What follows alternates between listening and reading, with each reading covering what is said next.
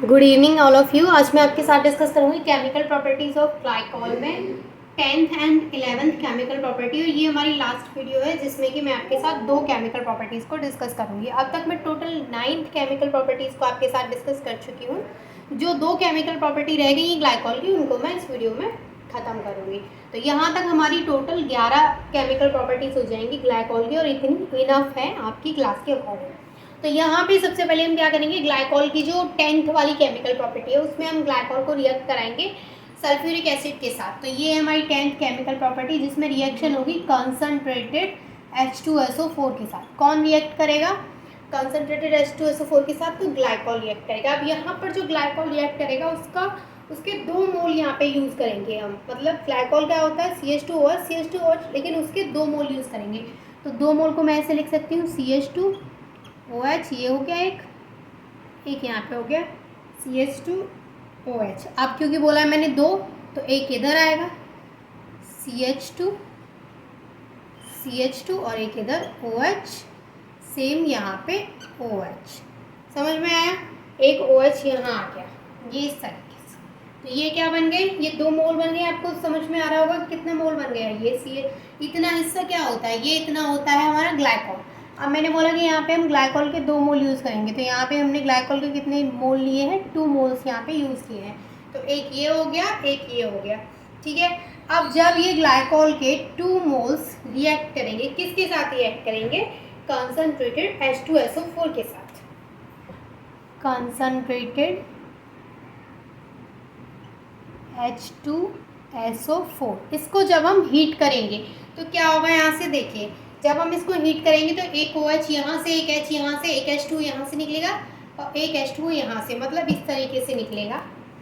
देखिए ये OH इस हाइड्रोजन को लेके इस तरीके से निकलेगा और ये OH इस हाइड्रोजन को लेके इस तरीके से। तो यहाँ से क्या होगा? -2H2O, यानी 2 वाटर के मॉलिक्यूल यहाँ से बाहर निकलेंगे और बाकी का एज इट इज जुड़ जाएगा। तो अगर मैंने बोला कि यहाँ से इतना हिस्सा निकल गया तो ये वाला जो बॉन्ड है वो इस ऑक्सीजन से जुड़ जाएगा, और यहाँ से इतना हिस्सा निकल गया तो ये वाला बॉन्ड इस ऑक्सीजन से जुड़ जाएगा। तो हमें जो प्रोडक्ट मिलेगा वो कैसा मिलेगा? वो कुछ इस तरीके का होगा, CH2 CH2 CH2 CH2, और इनके बीच में यहाँ पे ऑक्सीजन और यहाँ पे ऑक्सीजन। और इसका नाम क्या होता है? इसका नाम है डाईऑक्सेन। ये मिला है हमें साइक्लिक डाई ईथर, डाईऑक्सेन, इसको बोलते हैं हम साइक्लिक डाई ईथर। इसके अलावा 2 वाटर के मॉलिक्यूल वहाँ से बाहर निकले हैं। समझ में आया आपको? जब ग्लाइकॉल कंसनट्रेटेड H2SO4 के साथ में रिएक्ट करेगा तो यहाँ पर क्या हो रहा है कि एक OH का मॉलिक्यूल यहाँ से, एक OH का मॉलिक्यूल, वाटर का मॉलिक्यूल, तो 2 वाटर के मॉलिक्यूल यहाँ से निकल जाएंगे और बाकी का जो प्रोडक्ट है, जो यहाँ पे हमें जो प्रोडक्ट मिला है वो जुड़ के, यानी कि ये फिर आपस में ऐड हो करके इस तरीके से डाईऑक्सेन का फॉर्मेशन कर लेंगे। तो ये जो हमें प्रोडक्ट मिला है वो क्या है? डाईऑक्सेन। तो आपको याद रखना है कि जब भी ग्लाइकॉल कंसनट्रेटेड H2SO4 के साथ रिएक्ट करेगा तो वो डाईऑक्सेन का फॉर्मेशन करेगा। तो ये थी हमारी 10th केमिकल प्रॉपर्टी। अब हम बात करेंगे 11th केमिकल प्रॉपर्टी की। 11th केमिकल प्रॉपर्टी में हम क्या करेंगे? यहाँ पर रिएक्ट कराएंगे ग्लाइकॉल को H3PO4 के साथ। अब देखिए 11th प्रॉपर्टी में हमें क्या करना है कि सेम ग्लाइकॉल को रिएक्ट कराएंगे लेकिन H3PO4 के साथ। तो ये है हमारी 11th केमिकल प्रॉपर्टी जिसमें कि हम रिएक्शन कराएंगे H3PO4 के साथ। यहाँ पर भी हम 2 मोल्स यूज़ करेंगे ग्लाइकॉल के। तो यहाँ पे जो रिएक्शन है वो किसके साथ होगी? H3PO4 के साथ होगी, H3PO4। सेम हम हीट करेंगे लेकिन जो प्रोडक्ट मिलेगा वो अलग होगा।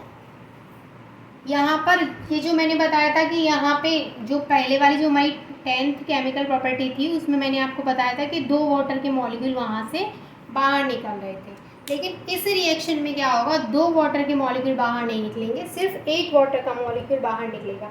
तो वहाँ तो जब हमने सल्फ्यूरिक एसिड के साथ रिएक्ट कराया था तो 2 वाटर के मॉलिक्यूल बाहर निकल के वहाँ पे डाईऑक्सेन का फॉर्मेशन कर रहे थे। लेकिन ये जो H3PO4 के साथ जब रिएक्ट करेगा और इसको भी सेम हम हीट करेंगे, लेकिन यहाँ से एक इस तरीके से एक OH यहाँ से और एक H यहाँ से, मतलब एक वाटर का मॉलिक्यूल यहाँ से बाहर निकलेगा। तो यहाँ से सिर्फ एक H2O बाहर निकलेगा और बाकी का जो प्रोडक्ट मिलेगा हमें वो क्या मिलेगा कि ये चीज़ें तो सेम आएंगी यहाँ तक, ये भी यहाँ तक सेम आएगा। अब इन दो, क्योंकि यहाँ से ये निकल गया, यहाँ से ये निकल गया, तो ये जो ऑक्सीजन है वो इन दोनों के बीच में बॉन्ड बना लेगा। तो यहाँ जो हमें प्रोडक्ट मिलेगा वो क्या होगा, डाई इथाइलिन ग्लाइकॉल। तो इसको हम कैसे लिखेंगे, ये हमारे पास OH CH2 as it is, यहाँ ऑक्सीजन, यहाँ पर OH एज इट इज़, यहाँ पे CH2 और ये बॉन्ड आ गया, ये क्या है, डाई इथाइलिन ग्लाइकॉल। समझ में आ गया आपको, ये क्या बन गया, डाई इथाइलिन ग्लाइकॉल। तो 11th जो केमिकल प्रॉपर्टी थी उसमें हमने क्या किया है कि H3PO4 के साथ जब रिएक्ट कराया तो सिर्फ एक वाटर का मॉलिक्यूल वहाँ से बाहर निकला है, सेम हीट किया है और प्रोडक्ट जो हमें मिला है वो है डाई इथाइलिन ग्लाइकॉल। तो आज हमारी केमिकल प्रॉपर्टीज़ ऑफ ग्लाइकॉल खत्म होती है, सारी केमिकल प्रॉपर्टीज़ मैं कवर कर चुकी हूँ। तो आई होप कि आपको ग्लाइकॉल की केमिकल प्रॉपर्टीज़ क्लियर हो गई होंगी। And thank you so much for watching this video.